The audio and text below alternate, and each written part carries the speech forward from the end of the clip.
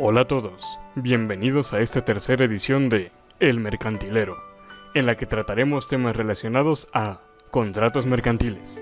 En la voz de su servidor, Francisco, Jennifer, Enrique, Arlet y Marcia. los temas que trataremos en esta edición están enfocados a describir ciertos conceptos y situaciones relacionadas con los contratos mercantiles. Por supuesto, definiendo primeramente lo que entendemos por un contrato en general y lo que entendemos por un contrato mercantil, haciendo notar también cuál es la diferencia entre un contrato y un convenio. Posteriormente, les hablaremos sobre cuáles son los elementos esenciales de los contratos, las formas en que estos pueden presentarse y algunas de las modalidades que existen. Es decir, les estaremos hablando sobre los contratos más comunes que se presentan cotidianamente, principalmente en materia mercantil, exponiéndoles finalmente un ejemplo de formato de acta constitutiva y otro de contrato, que les pueden ser de utilidad para comprender su estructura básica y que puedan comenzar a redactar los suyos propios. para empezar con nuestro programa, es fundamental el dar a entender el concepto de lo que es un contrato, de manera general, para lo cual nos apoyamos en la definición que nos proporciona el Código Civil Federal en su artículo 1793, el cual nos dice lo siguiente: los convenios que producen o transfieren las obligaciones y derechos toman el nombre de contratos.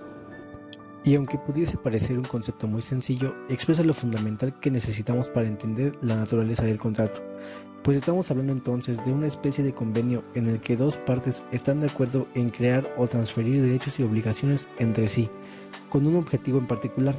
Solo tomen en cuenta que no necesariamente un contrato tiene que ser mercantil, y es por ello que también necesitamos definir lo que podemos entender por un contrato mercantil. Para definir entonces lo que es un contrato mercantil, podemos apoyarnos de lo que nos dicen Martínez y Broceta, pues para estos, los contratos mercantiles contenidos en el Código de Comercio se diferencian de los civiles de su mismo nombre y naturaleza contenidos en el Código Civil, por la presencia de un comerciante en una de las partes, porque su fin es la industria o el comercio, o por el carácter mercantil del objeto sobre el que recae.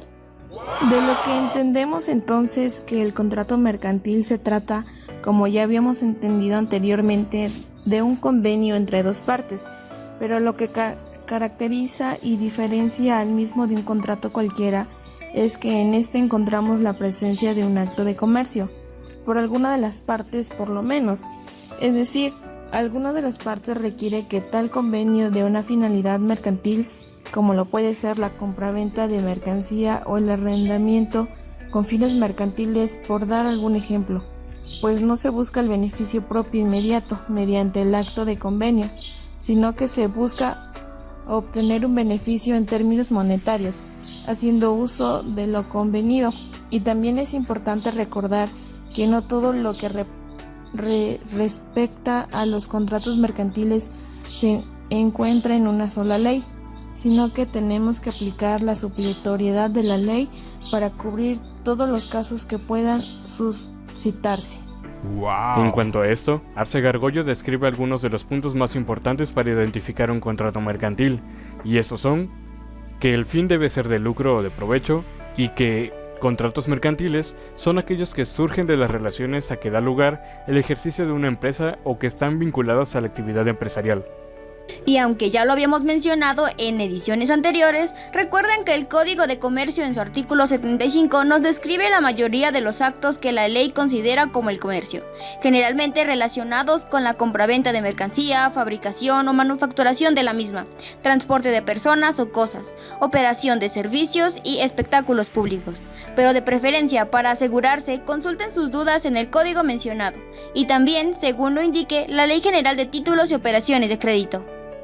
Entonces, ahora podemos diferenciar un contrato mercantil de un contrato de otra naturaleza. Pero según lo que mencionamos anteriormente, considero prudente aclarar que un convenio no necesariamente se trata de un contrato, pues según el Código Civil Federal en su artículo 1792 nos dice que convenio es el acuerdo de dos o más personas para crear, transferir, modificar o extinguir obligaciones. Por tanto, mientras que el convenio no se convierte en un acto jurídico que cumpla con las características y elementos esenciales para su validez como contrato, este no será considerado como tal. Es recomendable celebrar un contrato que un convenio, puesto que un contrato es un arreglo bilateral que establece una relación jurídica entre las partes involucradas, y un convenio es un acuerdo voluntario que no se acuerda sujeto a la ley. El que las obligaciones o facultades de cada una de las partes están establecidas y fundamentadas legalmente hace que sea más sencillo proceder legalmente contra alguna de las partes por incumplimiento de las partes o que por alguna razón las cláusulas del contrato sean injustas y atenten contra los intereses de la contraparte. Es importante recalcar el hecho de que puede existir un convenio sin haber contrato, pero para que se lleve a cabo un contrato siempre debe haber un convenio. A diferencia del convenio que no crea ningún tipo de compromiso legal, el contrato busca crear obligaciones que puedan modificarse, transferirse o extinguirse legalmente, y de esta manera buscar el respaldo de autoridades correspondientes en caso de no cumplirse lo ahí estipulado, y fungir como comprobante de la relación comercial. Una razón más para preferir un contrato por sobre un convenio es que los convenios se hacen de manera oral incluso, y los contratos únicamente de manera escritas, y con ello existe un documento firmado que comprueba de que existe tal relación comercial y la satisfacción. ¡Wow! Y entonces, ¿cuáles son los elementos esenciales que debe tener un contrato? Pues según el Código Civil Federal, en su artículo 1794 nos dice que para la existencia del contrato se requiere de la existencia de fracción primera, consentimiento por las partes, y fracción segunda, el objeto que puede ser materia del contrato. Entendemos que para celebrar un acto jurídico como lo es el contrato se requieren de dos partes, y es por ello que los sujetos involucrados no se suelen considerarse como elementos del contrato, pero algunos autores sí los toman en cuenta como tales, pero en lo que la ley respecta, nuevamente el Código Civil Federal nos dice que son hábiles para contratar todas las personas no exceptuadas por la ley, ya sean físicas o morales, y siempre que no sean consideradas incapaces. Pero bueno, volviendo al asunto de los elementos esenciales, en cuanto al consentimiento, de esto entendemos que se trata de la manifestación de la voluntad de los sujetos que intervienen en el contrato para aceptar lo que en el mismo se estipule esperando determinado comportamiento de la otra parte, es decir, que ambas partes estén de acuerdo, como cuando en un contrato mercantil ambas partes están de acuerdo con la cantidad, el precio y el tiempo en que será vendido o comprado el objeto involucrado. Sobre este elemento, el artículo 1803 del Código Civil Federal nos dice que el consentimiento puede ser expreso o tácito. Para ello se estará lo siguiente. Primero, será expreso cuando la voluntad se manifiesta verbalmente, por escrito, por medios electrónicos, ópticos o cualquier otra tecnología, o por signos inequívocos. Segundo, el tácito resultará de hechos o de actos que lo presupongan o que autoricen a presumirlo, excepto en los casos en los que por ley o por convenio la voluntad deba manifestarse expresamente. Y que puede asumirse de manera tácita que al firmar un contrato ambas partes dieron su consentimiento del mismo, no está por demás el mencionarlo claramente dentro del contrato, pues alguna de las partes puede alegar inconformidad con lo que en él se estipula, y aunque claramente es posible mantener vigente el contrato, aún con tales inconvenientes. De esta manera se pueden evitar futuros problemas, o por lo menos te aseguras de resolverlos más fácilmente. Pero lo que sí se debe tomar en cuenta son los vicios del consentimiento, los cuales se encuentran descritos en el Código Civil Federal y que se refieren a situaciones en que el consentimiento no fue otorgado de manera correcta y que pueden llevar a tomar como inválido un contrato, como es el caso de que este mismo haya sido dado por error, arrancado por violencia o sorprendido por dolo. En general se refiere a que el consentimiento haya sido dado por error y por tanto se tiene que rectificar. Sobre esto también habíamos hablado en ediciones pasadas, así que no podemos extendernos mucho en el tema, pero si quieren saber más acerca de las situaciones que involucran los vicios del consentimiento, consulten el Código Civil Federal a partir de su artículo 1812. Siendo uno de los vicios más comunes el error, que es una idea inexacta que se forma un contratante sobre uno de los elementos del contrato, en el que podemos creer que un hecho que es falso es verdadero y viceversa. Implica el defecto de concordancia entre la voluntad verdadera, la voluntad interna y la voluntad declarada, lo que crea un desequilibrio en el contrato. La doctrina distingue los errores que excluyen el consentimiento aquellos que lo vician y lo que jurídicamente resultan irrelevantes. Otro de los vicios comunes es el dolo, que es la maniobra empleada por una persona con el propósito de engañar a otra y determinarla a otorgar un acto jurídico. Este engaño es cometido en la conclusión de los actos jurídicos. Y por último, cabe mencionar que quizá el más grave de los vicios puede ser la violencia, que es la compulsión ejercida sobre una persona para determinarla a realizar un acto, y que vicia su consentimiento. Esta es exterior cuando consiste en impresiones físicas sobre el cuerpo, violencia física, y la violencia moral es cuando existe una presión psicológica ante el temor inmediato de un daño serio a sí mismo o a más personas, obligándola a pactar forzando su voluntad. Pero siguiendo con los elementos esenciales, procederemos a explicar lo que respecta al objeto, el cual se encuentra definido y delimitado nuevamente en el Código Civil Federal a partir del artículo 1824, diciéndonos que son objeto de los contratos la cosa que el obligado debe dar y el hecho que el obligado debe hacer o no hacer. Asimismo, la cosa objeto del contrato debe existir en la naturaleza, ser determinada o determinable en cuanto a su especie y estar en el comercio. También debemos mencionar que las cosas futuras pueden ser objeto de un contrato, sin embargo, no puede serlo la herencia de una persona viva, aun cuando está presente su consentimiento, y siempre se debe tener en cuenta que el objeto del contrato debe ser posible y lícito. Lógicamente, por tanto, entendemos que el objeto que vamos a involucrar a nuestro contrato tiene que ser legal primero que nada. No podemos celebrar contratos que involucren armas militares o drogas ilegales, y debemos tener cuidado en cuanto a celebrar contratos como la compraventa de productos que creamos que no sean regulados comercialmente, pues podríamos meternos en problemas, tal como sucede con objetos como lo son osamentas para estudio científico, objeto que tiene una regulación específica para su existencia. ¡Wow! Ahora que ya hemos visto cuáles son los elementos esenciales de los contratos, podemos pasar a nuestro siguiente tema, que es la forma de los contratos. Esta forma es el medio de expresión, visualización o de exteriorización de la voluntad de las partes que intervienen en un acto jurídico o negocio, por lo que, al decir de Federico de Castro y Bravo, sirve para expresar lo querido. En sentido estricto o técnico jurídico, la forma se define como un mecanismo concreto y determinado que la ley o la voluntad de los particulares imponen para exteriorizar la voluntad negocial, mediante la cual se alcanza la plena validez jurídica de dicha voluntad.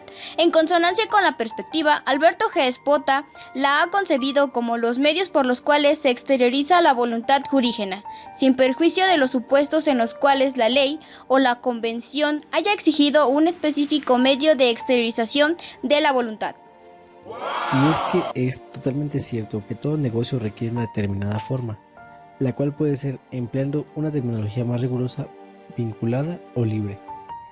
En ese sentido reflexiona Albaladejo que todo negocio tiene una forma porque de alguna manera han de realizarse los elementos que la compongan, y siendo precisa el negocio, como mínimo una declaración de voluntad. Es evidente que el negocio, al menos, tiene la forma de declaración de voluntad. La primera es entendida como el modo fijado por la ley para revestir al acto, y la segunda se refiere a la manera en que los sujetos intervinientes consideren admisible y pertinente realizar el acto. La doctrina mexicana ha distinguido en la forma las formalidades assumptiam o absolutam o las ad probationem o declarativas. Las primeras son aquellas que necesitan una clase de actos jurídicos para su existencia o nacimiento. La forma en este caso es substancia, de tal modo que los actos jurídicos no existen si no aparecen celebrados bajo la forma que la ley establece. Por contraste, las formalidades ad probatiem son requeridas como prueba del acto jurídico. Su consecuencia es que el acto existe y es válido pese a la insolvencia de la forma. En los actos jurídicos relativos a las personas, el principio general que los gobierna es el de las formalidades habeas substantiam, de tal suerte que el acto jurídico en cuestión, si aquellos no son satisfechos, no existe.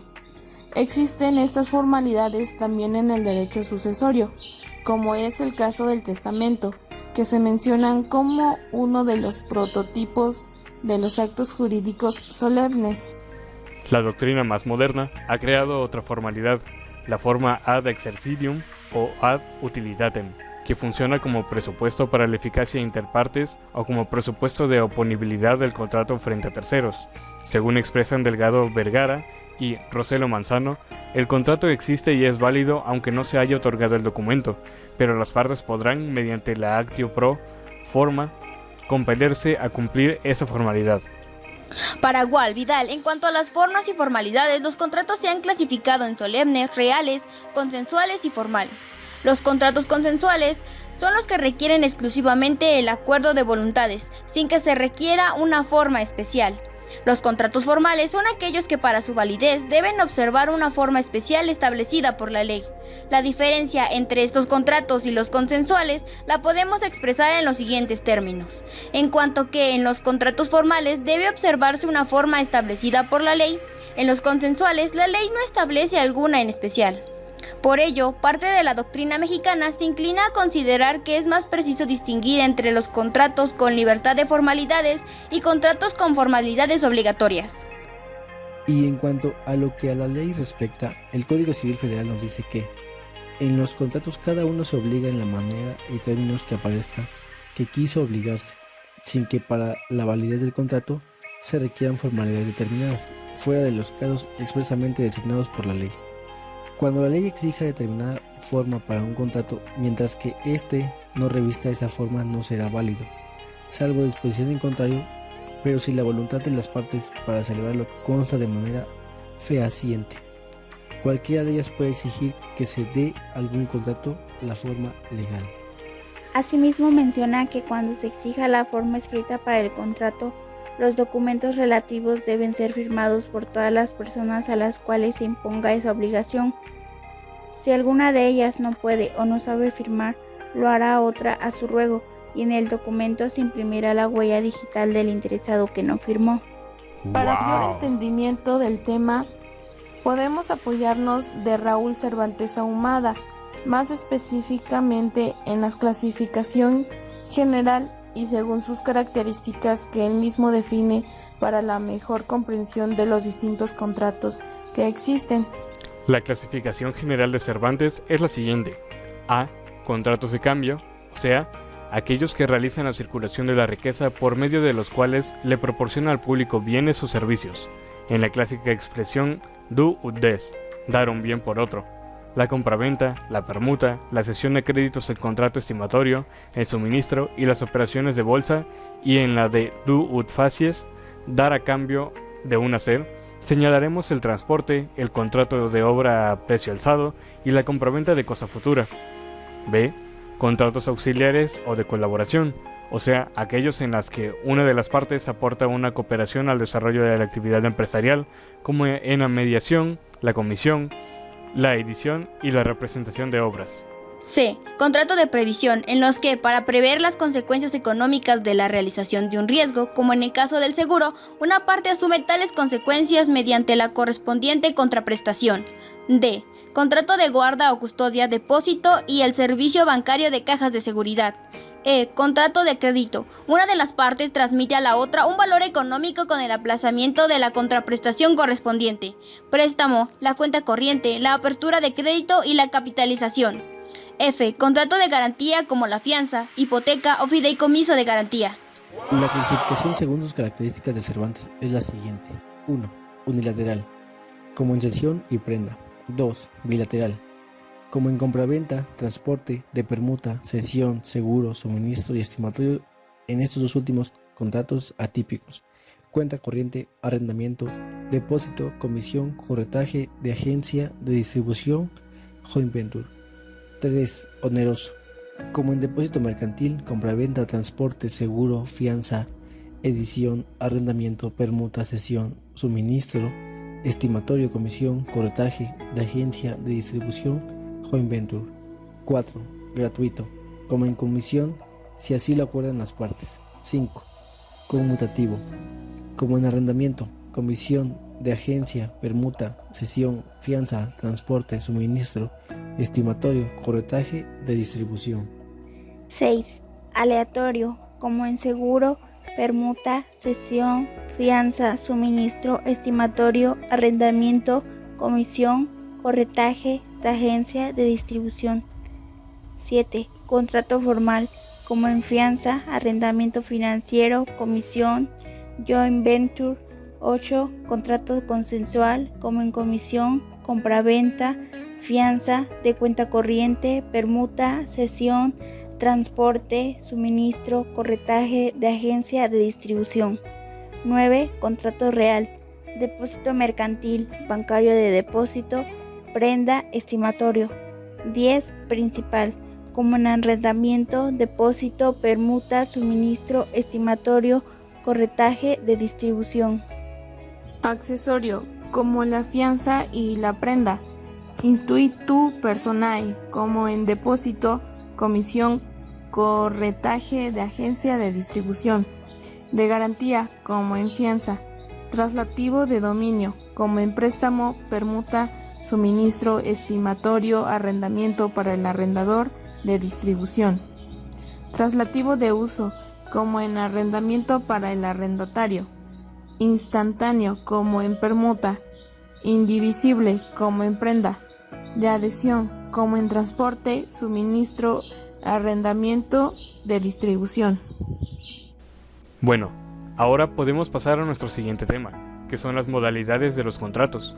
Las modalidades son las distintas formas que puede asumir el contrato para satisfacer las necesidades específicas de las partes involucradas, de manera que con modalidades nos referimos de alguna manera a los tipos de contrato que podemos utilizar. A continuación, desarrollaremos algunos de los tipos de contrato más comunes. ¡Wow! Compraventa mercantil es el principal y el que se celebra con mayor frecuencia en el derecho mercantil. Este es un contrato por virtud del cual una persona llamada vendedor transmite la propiedad de una cosa a otra persona denominada comprador, a cambio de un precio cierto, en donde una de las partes es comerciante o ambas lo son, o el objetivo es una cosa mercantil. Asimismo, se tenga el objeto directo y preferente de traficar. Pero cabe destacar y recordar que en el artículo 76 del Código de Comercio nos dice: no son actos de comercio la compra de artículos o mercaderes que para su uso o consumo o los de la familia hagan los comerciantes, ni las reventas hechas por sus obreros, cuando ellas fueren consecuencia natural de la práctica de su oficio. Así que ojo con su ocupación de estos contratos. Para esto, el artículo 2248 del Código Civil Federal nos dice que habrá compra-venta cuando uno de los contratantes se obliga a transferir la propiedad de una cosa o de un derecho y el otro a su vez se obliga a pagar por ellos un precio cierto y en dinero. Por otra parte, en el artículo 371 del Código de Comercio nos dice que serán mercantiles las compras-ventas a las que este código les da tal carácter y todas las que hagan con el objeto directo y preferente de traficar. De manera general, en base a lo estipulado en el Código de Comercio a partir del título sexto, podemos tomar en cuenta los siguientes casos como compraventa. Compraventa sobre muestra y sobre calidades, compraventa de cosas genéricas, compraventa relativa al comercio marítimo y a la navegación interior o exterior, compraventa de documentos, compraventa de cosas en curso de ruta, compraventa de libre a bordo, compraventa al costado del buque, compraventa de cosas empacadas o embaladas, compraventa bursátil, compraventa de bienes de consumo, compraventas internacionales de mercaderías, compraventa de dinero, compraventa de buques y aeronaves, compraventa de electricidad y compraventa de suministros de obras. Estando todas las anteriores reguladas de diferente manera y siendo aplicables en algunos de los casos la supletoriedad de la ley, por lo cual es necesario estar bien informado de las leyes competentes que es necesario involucrar, o en su caso consultar con los profesionales más adecuados, como lo son los abogados, para la celebración de tales contratos. La siguiente modalidad es el préstamo mercantil, el cual Sánchez Caldero Fernando lo define señalando que es un contrato por el cual una persona recibe de otra una cosa fungible en propiedad y se obliga a devolverle otro tanto de la misma especie y calidad. Por otra parte, el artículo 358 del Código de Comercio nos menciona que se reputa mercantil el préstamo cuando se contrae en el concepto y con expresión de que las cosas prestadas se destinan a actos de comercio y no para necesidades ajenas de éste. Se presume mercantil el préstamo que se contrae entre comerciantes. Cabe mencionar también que la ley reconoce tanto el préstamo regular como el préstamo irregular. El Código de Comercio denomina a ambos como préstamo, en tanto que el Código Civil Federal lo distingue como comodato y mutuo, respectivamente. Se regulan solo en el Código Civil Federal bajo la denominación de comodato. La diferencia sustancial entre los préstamos regular e irregular consiste en que el primero tiene por objeto bienes no fungibles, de los que solo pueden hacer uso el prestatario, con obligación de restituir esos mismos bienes.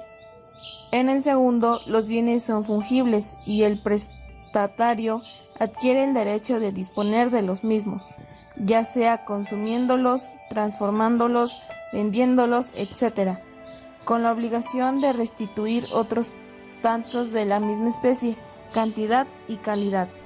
Aunque a pesar de las regulaciones, hay veces en que los contratos de préstamo mercantil son empleados de manera incorrecta o incluso ilícita para justificar la entrada de mercancía a una empresa sin tener que dar muchas explicaciones a las autoridades respecto a su procedencia, lo que, por supuesto, puede demostrarse mediante una auditoría, pero de manera normal sería bastante difícil el comprobar este tipo de movimientos. ¡Wow! Otra de las modalidades más comunes es el depósito mercantil, el cual Clemente de Diego lo define como contrato principal real, bilateral o unilateral, gratuito u oneroso, según los casos por el que una persona deponente o depositante entrega una cosa a un depositario, una cosa ajena para que la guarde y custodie, con la obligación de devolverla cuando la reclame. Por otra parte, Pino lo define como contrato por el cual el depositario se obliga a recibir una cosa, mueble e inmueble, que se le confía y a guardarla cuando la pida el depositante. Como otro concepto, un contrato real por el que uno confía al otro la custodia de una cosa bajo la condición de que se le devuelva en el momento que se lo pida. Por otra parte, el Código de Comercio en el artículo 332 dice: se estima mercantil el depósito si las cosas depositadas son objeto de comercio o si se hace a consecuencia de una operación mercantil. Las características del depósito mercantil son que el depositario sea comerciante, que las cosas depositadas sean objeto de comercio, están dentro del comercio de los hombres y se trate de un bien mueble, que el depósito constituya por sí mismo una operación mercantil o se haga como causa o a consecuencia de operaciones mercantiles. Los elementos del depósito mercantil son depositante y depositario. Como por último, la clasificación del depósito mercantil es regular e irregular, simple y administrativo o depósito en almacenes generales.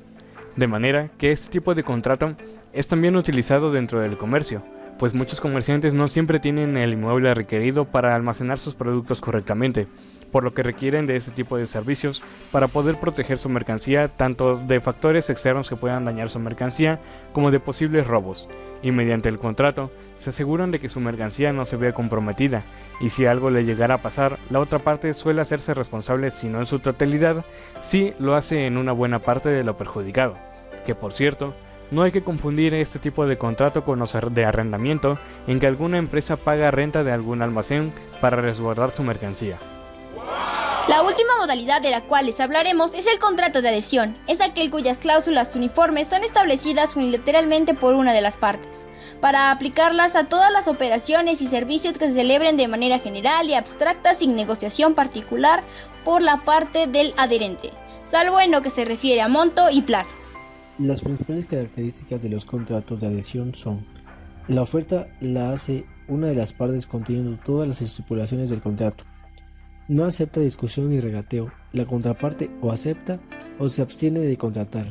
No deben de ser confundidos con la adhesión a un contrato ya celebrado por otras personas. Bueno, después de haber explicado las modalidades de los contratos, es importante reconocer que cada uno de estos hace un importante trabajo en el tema de la aplicación del derecho mercantil.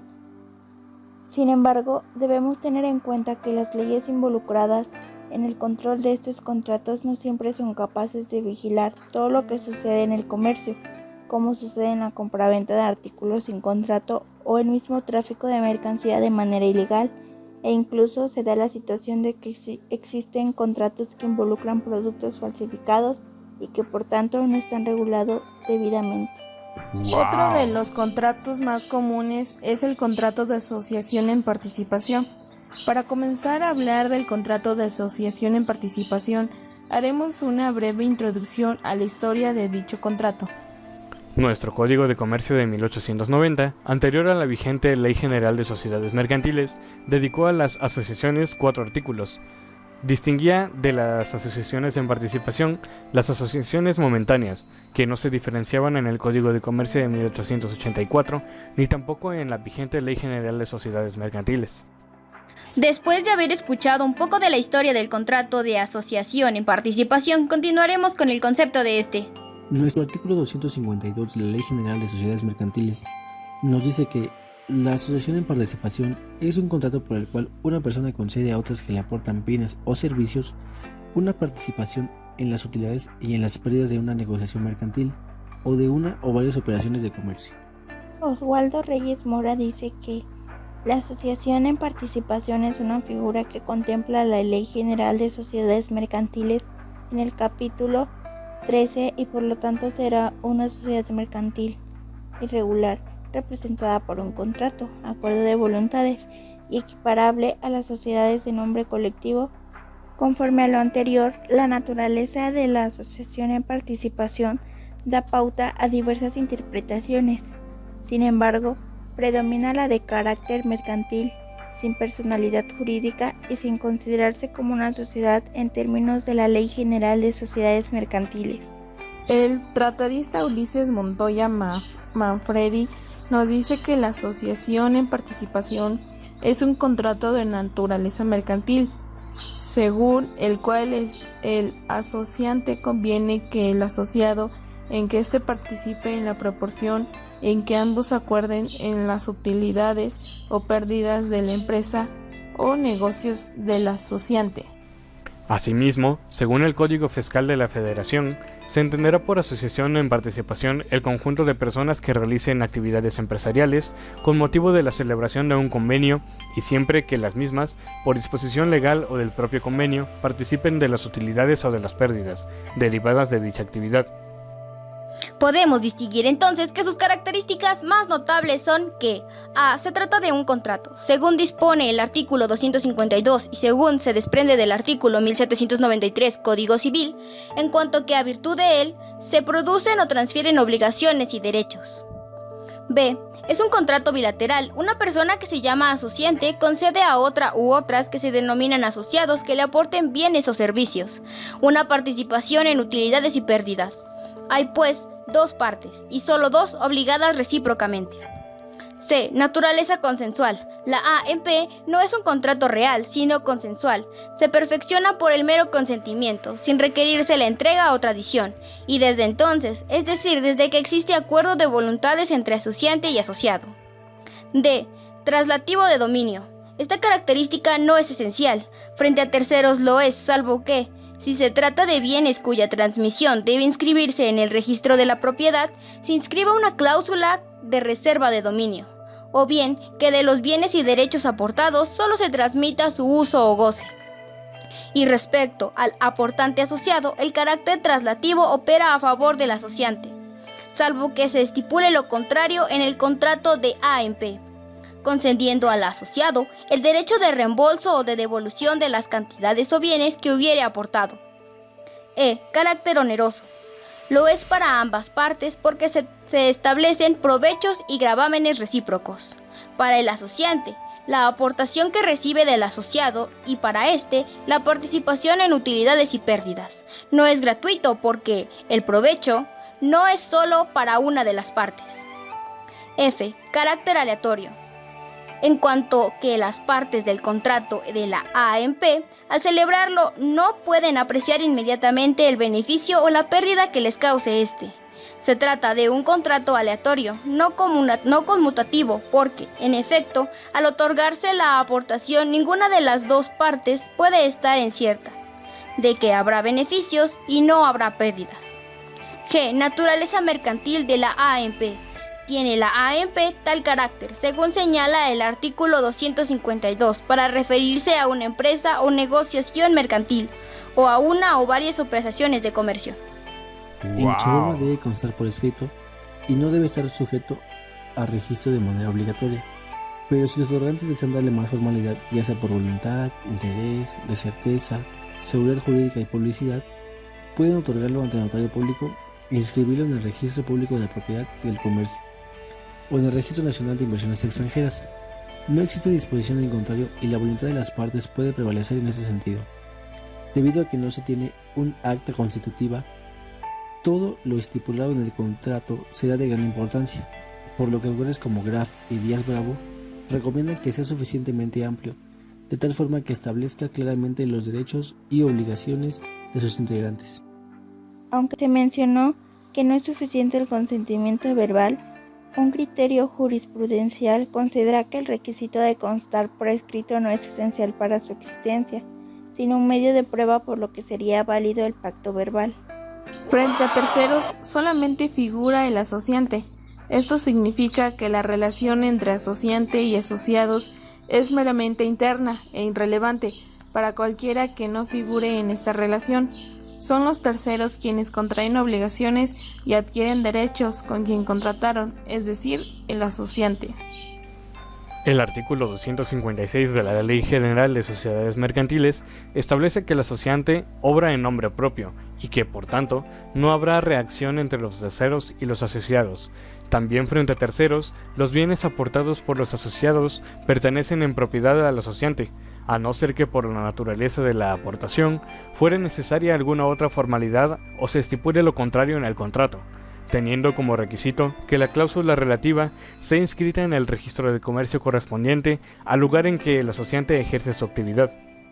Esa cláusula surtirá efectos contra terceros, aun cuando no se inscriba, si se prueba que dichos terceros tenían o debían tener conocimiento de ella, como lo marca el artículo 257 de la Ley General de Sociedades Mercantiles.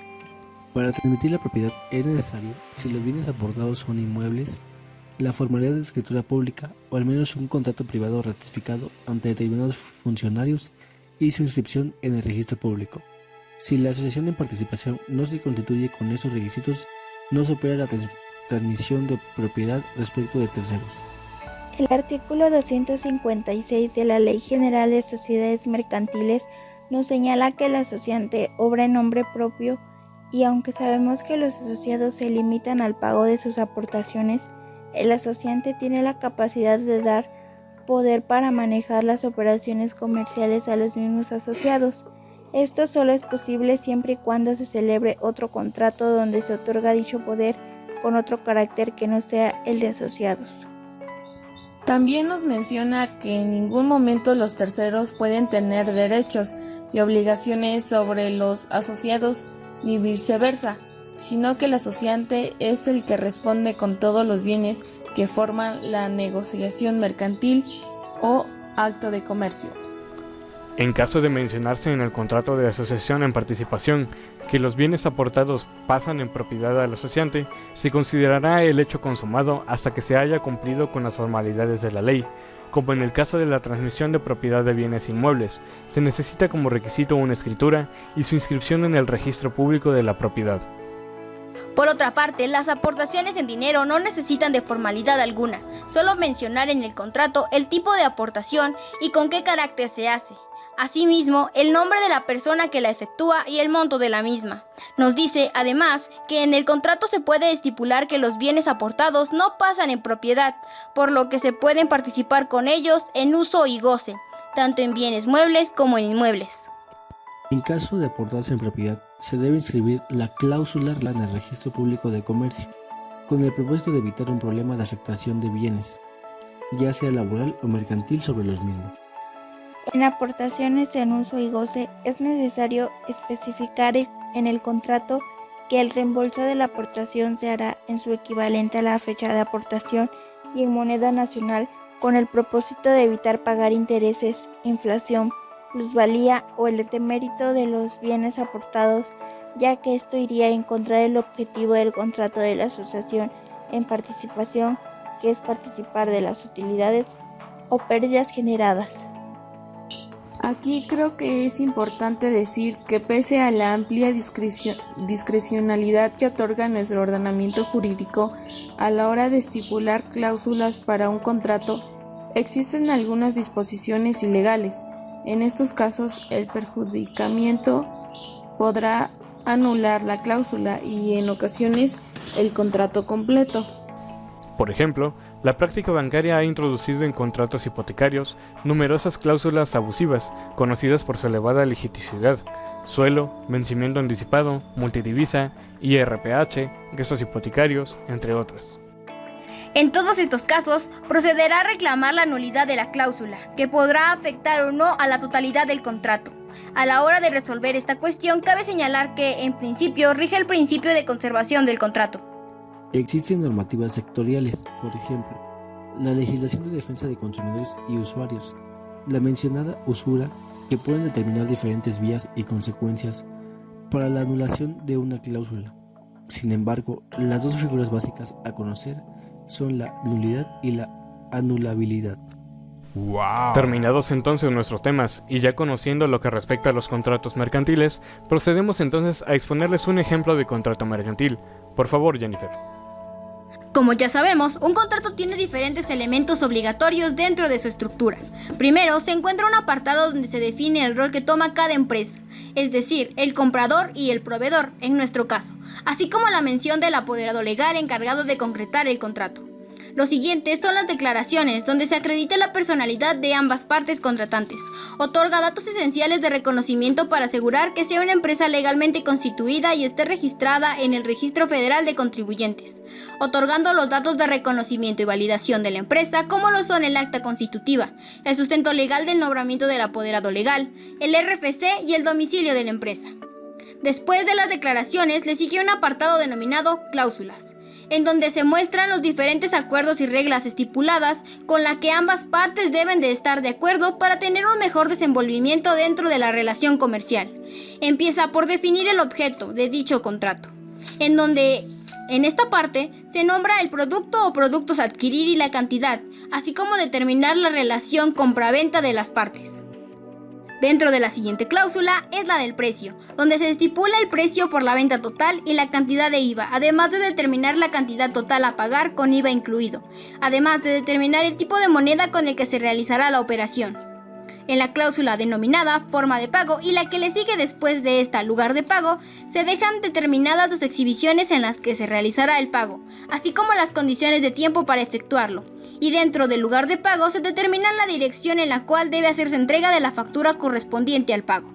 La cláusula de suministro se determina la dirección de entrega y la fecha o prórroga para la entrega del bien. Muestra que dentro de las cláusulas de fianza y contenido de la fianza se hacen las aclaraciones y se especifican las normativas de la fianza a entregar, entendiéndose como fianza una cantidad de dinero, usualmente el 10% de la compra total con IVA incluido, para garantizar el debido cumplimiento de todas y cada una de las obligaciones que contrae en virtud de este contrato, así como la calidad del bien o de cualquier otra responsabilidad en la que se incurra.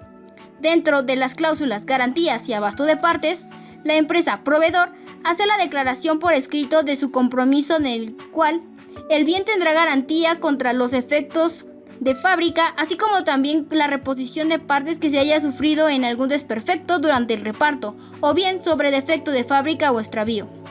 Además de dar pautas de tiempo para hacer válido el derecho dentro de esta cláusula.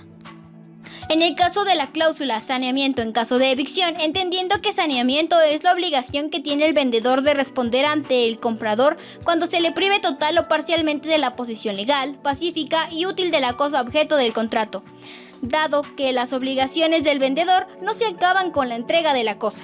Es preciso que éste asegure al comprador la posesión pacífica y útil de la misma.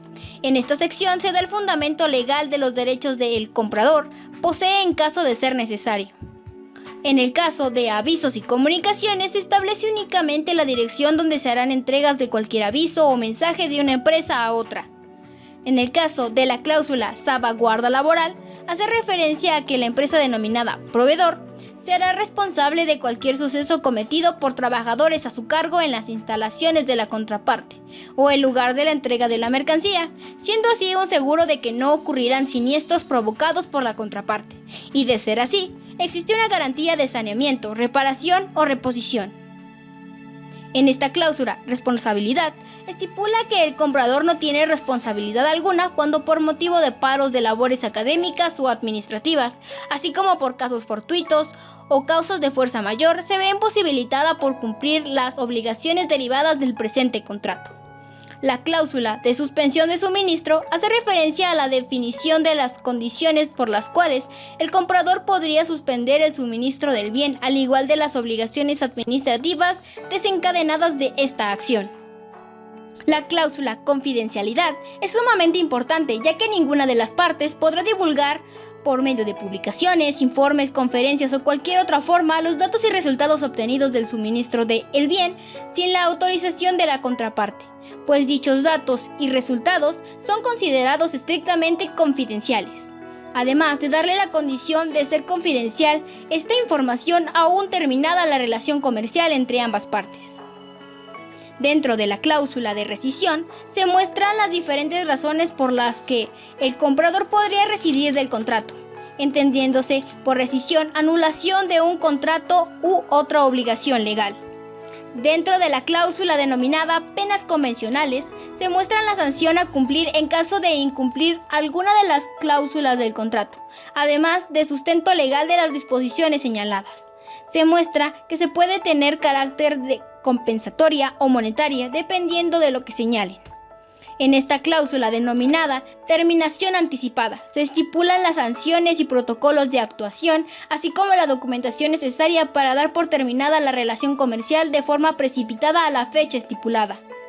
La cláusula denominada vigencia es sumamente importante, puesto que marca el tiempo en el que se da inicio a la operación comercial y la fecha de término, ya que dependiendo de la vigencia son las obligaciones presentes entre las contrapartes firmantes del contrato. En la última cláusula, jurisdicción, se nombra en caso de duda o de discrepancia sobre el contenido o interpretación del contrato, un tribunal en específico para tratar dichas situaciones. Esta cláusula es importante para saber ante qué autoridad se podrá proceder, ya que es de mutuo acuerdo la designación de dicha autoridad para evitar el dolo o la mala fe.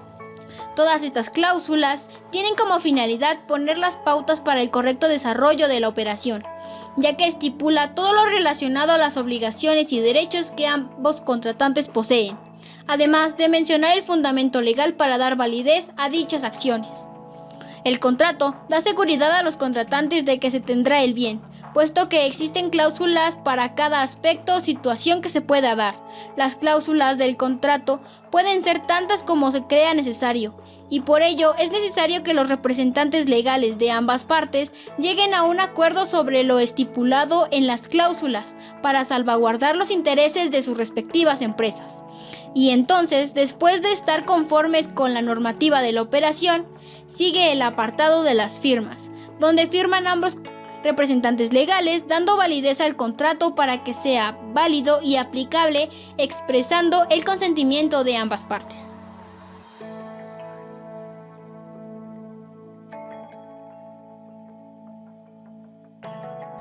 Casi para terminar nuestro programa, les explicaré la estructura de nuestro ejemplo de acta constitutiva, pero primero les hablaré un poco sobre lo que es como tal un acta constitutiva para el mejor entendimiento del tema. Un acta constitutiva es un documento emanado por una autoridad pública, en nuestro país generalmente un notario, con el fin de formalizar la certificación de una sociedad, especificando los datos de los socios, razón social, denominación, capital social, normas de funcionamiento y actividades, entre otras cosas dependiendo de las necesidades de la sociedad para su respectiva actividad. Ahora, procediendo con la explicación del acta, en este caso optamos por la formación de una sociedad anónima de capital variable, pues es uno de los tipos de sociedad que más comúnmente se forman para el comercio, y probablemente lo primero que puedan notar es que en el encabezado de cada página se encuentran datos generales del notario que da fe al documento. Y otro elemento característico que podrán notar es que en la mayoría del texto hay una serie de líneas que completan espacios vacíos. esto con el fin de cancelar tales espacios y que no se preste a alteraciones sin el consentimiento de las partes involucradas. Cabe mencionar que el formato que adopta un acta constitutiva no necesariamente tiene que ser igual en todos los casos, pues depende en buena medida de la redacción por la que opten los notarios y se considere aceptada dependiendo de la zona en que se encuentren, lo que pudiera parecer ilógico o innecesario, pero es así como se aplica en la realidad. Volviendo a nuestro ejemplo, lo que prácticamente siempre encontraremos en la redacción de un acta es un breve texto introductorio en el que el notario da constancia de la celebración del contrato y se mencionan las personas que forman la sociedad, aunque posteriormente se detallen las mismas. Posteriormente, se pueden incluir secciones como antecedentes o aclaraciones sobre la sociedad, pero como tal, es posible pasar directamente a las cláusulas del acta, las cuales determinarán las características y funcionalidad de la sociedad. En nuestro caso, nos centramos en la denominación, objeto, duración, domicilio, nacionalidad y admisión de extranjeros. En nuestra primera cláusula se da a conocer la denominación de la sociedad, es decir, el nombre de nuestra sociedad y el tipo de la misma. En nuestro caso, el nombre es el mercantilero y el tipo de sociedad es sociedad anónima de capital variable. La segunda cláusula determina el objeto de la sociedad, que en este asunto no se refiere literalmente a una cosa, sino que se refiere a las actividades que realizará nuestra empresa. Actividades especificadas en distintos incisos, los cuales deben ser lo más claros y concisos posibles. La tercera cláusula especifica el tiempo que durará la sociedad y cuándo se tendrán que renovar. Si se desea su continuidad, los documentos que certifiquen la existencia de la sociedad, incluyendo el acta. La cuarta cláusula determina el domicilio legal de la sociedad, el cual puede ser un domicilio independiente o puede ser el de alguno de los miembros de la sociedad, preferentemente, si así se decide, el del representante de la misma. La quinta cláusula especifica la manera en que podrían ser aceptados posibles socios extranjeros que deseen formar parte de tal sociedad. Continuamos con la sexta cláusula, en la que se menciona el capital variable con el que iniciará la sociedad y la manera en que se encuentra distribuido en las acciones de los socios. La séptima cláusula detalla la manera en que inversores extranjeros podrán o no tomar parte en el capital social. La octava cláusula describe la manera en que, como indica desde un principio, puede aumentar o disminuir el capital social fijo. La novena cláusula define el límite que tendrá el capital, el cual en este caso es ilimitado. La décima cláusula describe el control de las acciones. Ahora, de la cláusula 11ª a la 22ª se describe la existencia de la Asamblea General de Accionistas, mediante la cual los accionistas de la empresa tomarán las decisiones necesarias para la operación de la misma, en lo que respecta a la administración de capital y lo que involucre al mismo. Ya en la cláusula 23ª comienza a describirse la administración de la sociedad, mencionando que puede existir un único administrador o un consejo de administración dependiendo de las necesidades de la sociedad. En la cláusula 24ª se menciona que la administración será dirigida en primera instancia según acuerde la Asamblea General de Accionistas o la sociedad por medio de una votación. En la cláusula 25ª se describe de lo que serán capaces ya sea el administrador único o el consejo de administración de la sociedad, capacidades especificadas en la serie de puntos que pueden ver. La cláusula 26ª menciona algunas normativas a seguir por la sociedad en el caso de que se haya decidido optar por el empleo del consejo de administración. La cláusula 27ª indica que la Asamblea General de Accionistas, el administrador o el consejo de administración serán quienes decidan quiénes serán los gerentes.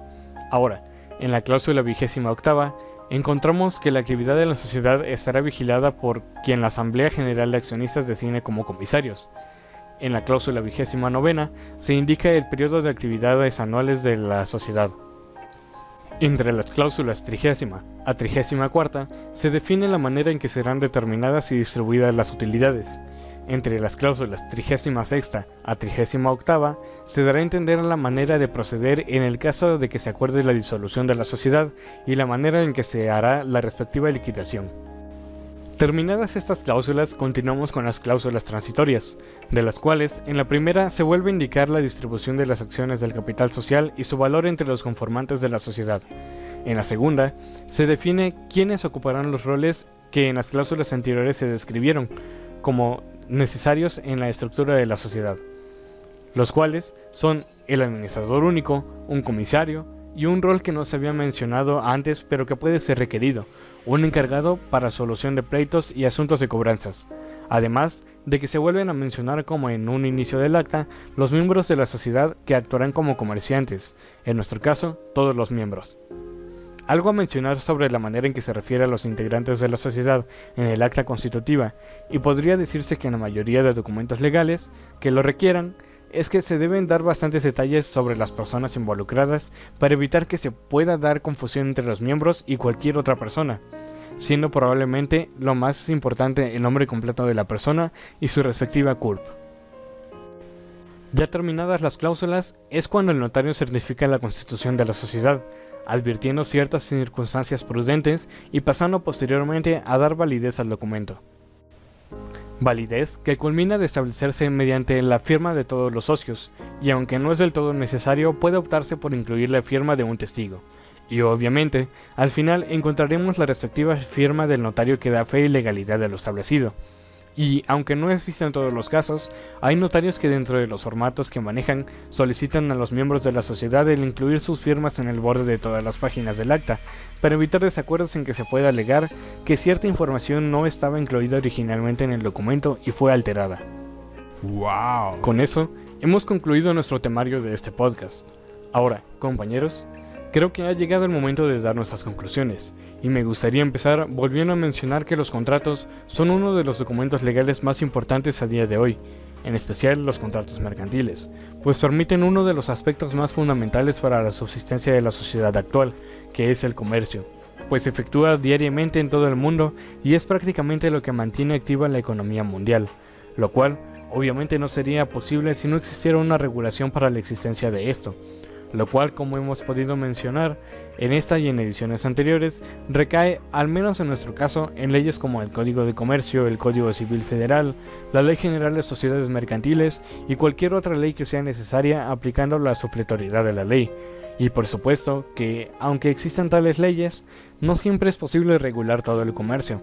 Y es por ello que nuevamente volvemos a los contratos mercantiles, y como también vimos hace poco, a las actas constitutivas, pues su mera existencia ya es una regulación para las actividades comerciales, y por tanto facilita la aplicación de las leyes al estar, por lo menos en la teoría, supervisado previamente por un corredor público, que por supuesto, que es de saber que de todos, pero no en boca de muchos, que todo el tiempo existen casos en los que tales corredores no cumplen con sus funciones en total legalidad y se involucran en situaciones de licitud dudosa. Pero al menos en lo personal, prefiero creer que en la mayoría de casos, o si acaso en los fundamentales o comunes, se realizan en plena regla. Podemos concluir que los contratos mercantiles son aquellos acuerdos de voluntades entre dos o más personas para producir o transferir derechos y obligaciones. Y esta definición es tomada del derecho civil, ya que en materia mercantil no existe una definición propia para los contratos, lo cual afecta el entendimiento de la diferencia existente entre los contratos civil y mercantil. Los contratos mercantiles, a diferencia de los civiles, son por la adquisición de bienes o servicios con la finalidad de obtener una utilidad por reventa. El contrato mercantil tiene como regla general que lo adquirido no sea para consumo de la misma persona que lo adquiere, sino para un tercero por medio de una venta.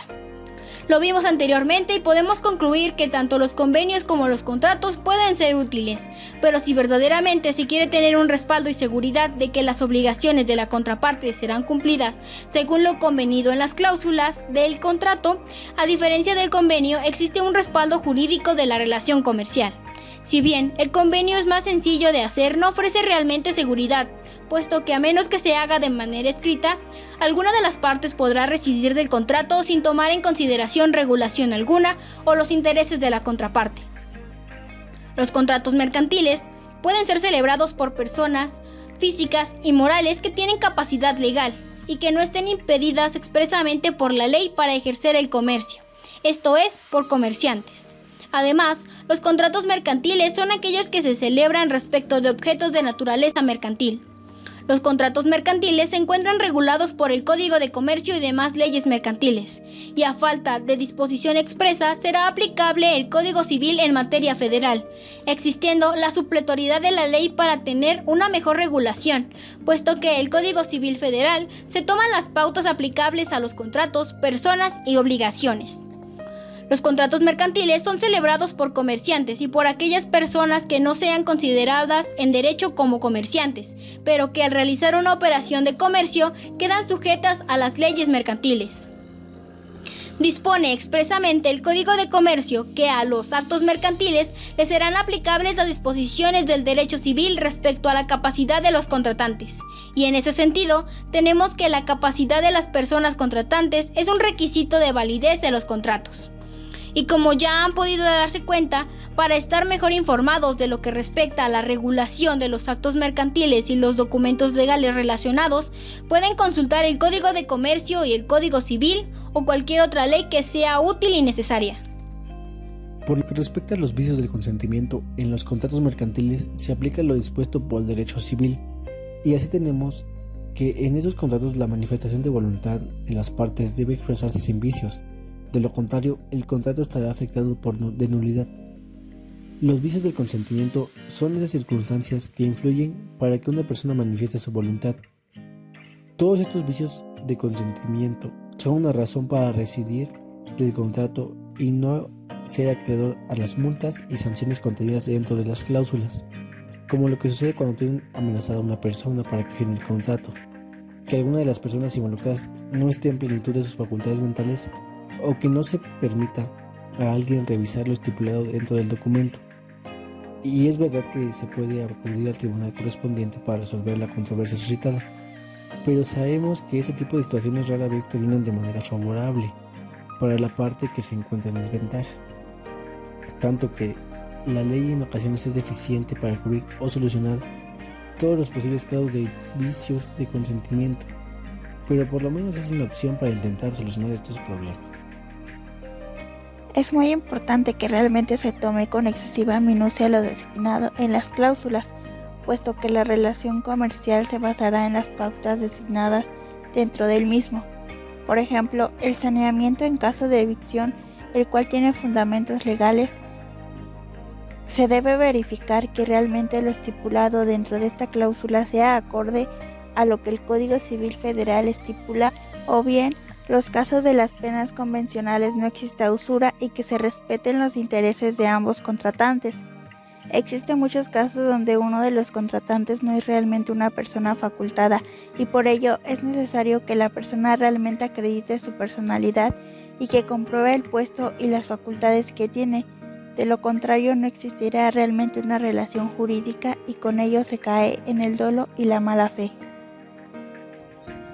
Para terminar, nuevamente me gustaría comentar que aunque las leyes regulen todo lo que tiene que ver con el comercio, sus actos y por supuesto documentos legales, no todo puede estar correctamente regulado, tanto que la existencia de actos ilícitos y también porque todo el tiempo se dan situaciones en que quizá las personas ni siquiera saben que están infringiendo leyes o que no están siguiendo los procedimientos correctos para elaborar.